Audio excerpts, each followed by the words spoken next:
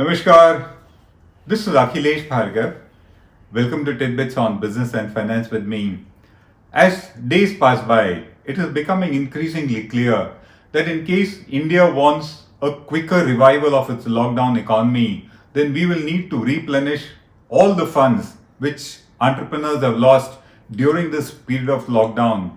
Thus, we are seeing the finance minister instruct, order, and direct banks, and there's a sense of desperation as we see it, asking them to lend to entrepreneurs, particularly under the 3 lakh crore guaranteed scheme of the government of India. Let's discuss about this effort of the banks to pump money into the economy and where is it headed to. The fact is that the continued lockdown, and it continues very uncertainly, has eroded the fund base of entrepreneurs, particularly the MSME enterprises. The RBI governor rightly pointed out that 6 states which contribute 60% of India's GDP today continue to be in the red and orange zones. In other words, the lockdown continues, and so does the erosion of the fund base of the entrepreneurs. The longer it continues, the longer will be the period of what we call no income, only expenses, and EMIs to be paid. The fact is, funds of entrepreneurs and enterprises have been disappearing at a fast pace. In the case of PNB, it is reported that about 65% of MSME entrepreneurs are trying to take advantage of this moratorium period given by the RBI. In other words, delay their payments, thus indicating the funds are not there. In the case of Bank of Baroda, it is a similar position. And in the case of SBI, 50% of MSME borrowers are said to have chosen to opt for this moratorium period. The fact is, funds are depleting, and the longer it continues, the more difficult it will be to revive the stalled Indian economy, because there would be no funds and the disruption would have been deep and extensive. The lost funds, as we repeat, need to be replaced, they need to be given back, and that needs to be done directly. They must reach the hands of the entrepreneur. It has to be almost some kind of a direct benefit transfer scheme, and we are not seeing this kind of a replenishment happen. The stimulus that the government announced grandly was a complete farce, and it has failed to deliver this crucial relief which the sector needed. And the government left it to the Reserve Bank to do all the heavy lifting, as they call it.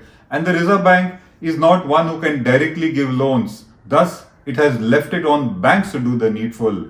And to enable banks to pump money into the system, the RBI has pumped money of about 6 lakh crores into banks, NBFCs, and financial institutions. It has also increased the moratorium period for the borrowers up to 31st of August, thus trying to give them relief. And it has also reduced interest rates, all with the hope that banks will pass on all these benefits to their constituents, to their borrowers. The hope is that banks will lend, and the hope is that borrowers will borrow in the process. Unfortunately, that has not been happening. What we are seeing is that the reverse has been happening. Instead of banks lending forward to borrowers, banks have actually been lending to the Reserve Bank of India. And while the RBI says that it has pumped 6 lakh crores into the system, the reverse has happened, and banks have pumped back 8.5 lakh crores to the RBI. They are net lenders to the RBI, and the money apparently has not reached those who it ought to have reached.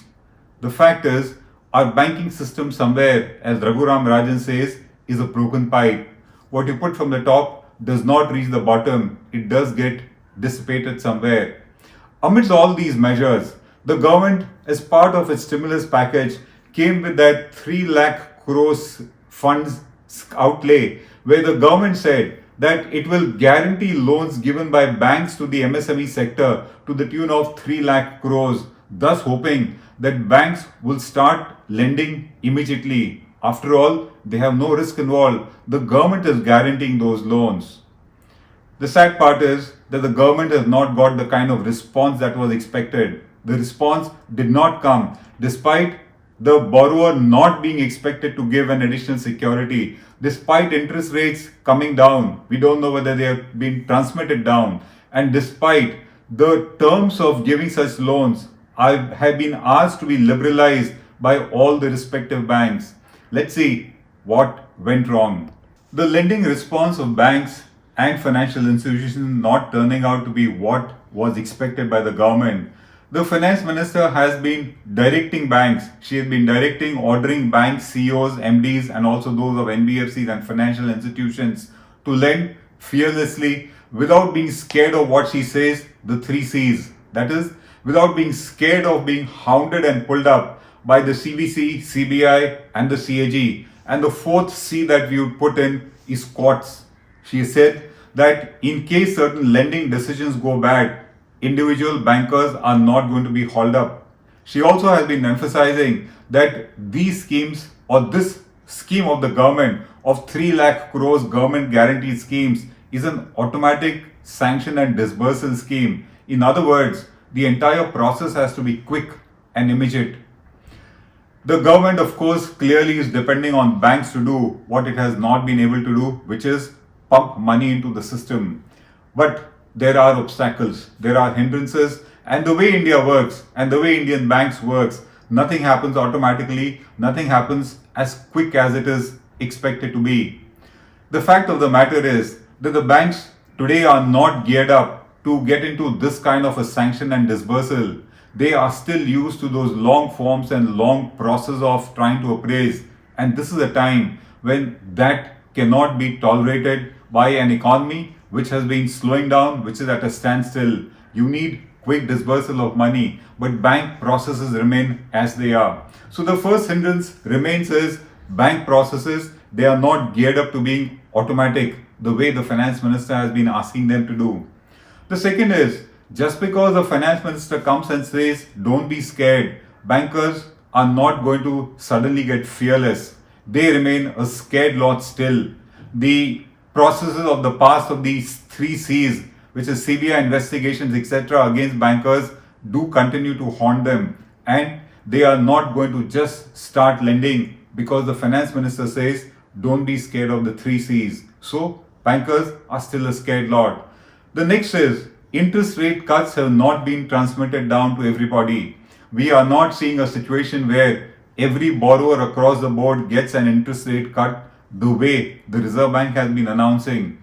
Thus, till that doesn't happen, money remains expensive in an economy where demand is not there and borrowing will not happen. We are also noticing situations which have been reported to us that when borrowers go to bankers seeking loans under the scheme, bankers are still asking for collaterals. Thus, the finance minister's promise that these are loans without a collateral and the government is standing guarantee is not becoming a ground reality all the time.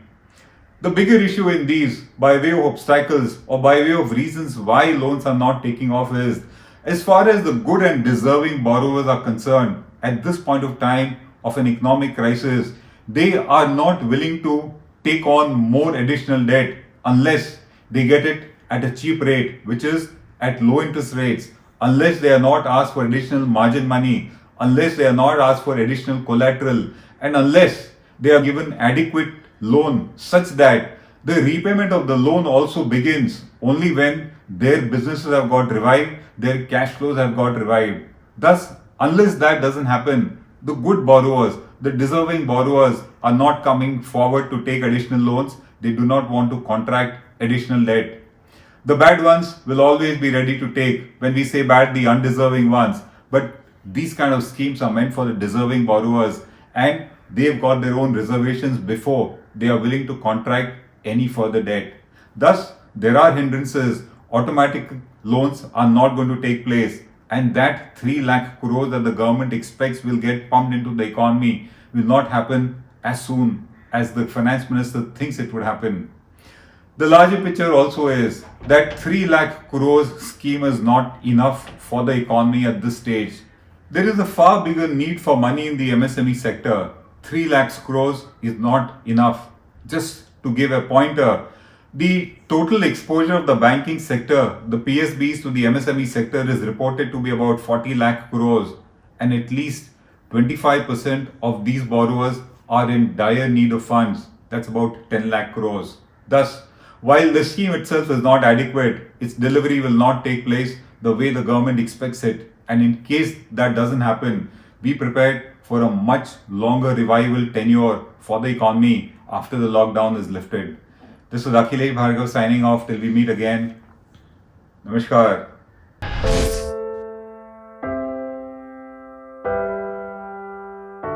हमारे घरों में भी बच्चे होते हैं जो हमसे प्यार दुलार की आस करते हैं।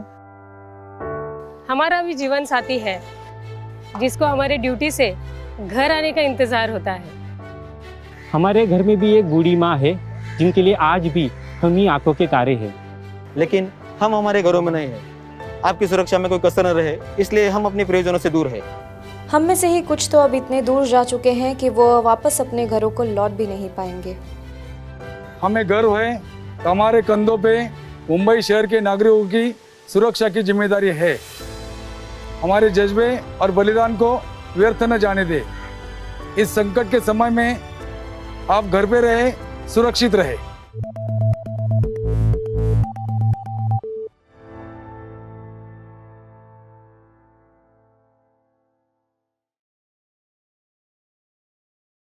Now be the first to know about the latest updates on our new news app. Go on your Android or iOS, search for HW News Network. Download our app, choose the language you prefer to get updates in, and be up to date with the latest news. If you like this video, please share it, and we would love to hear your comments in the comments section down here. Also, please do like our Facebook page and follow us on Twitter to get minute-to-minute news updates. For more such shows and videos, well, subscribe to our YouTube channel.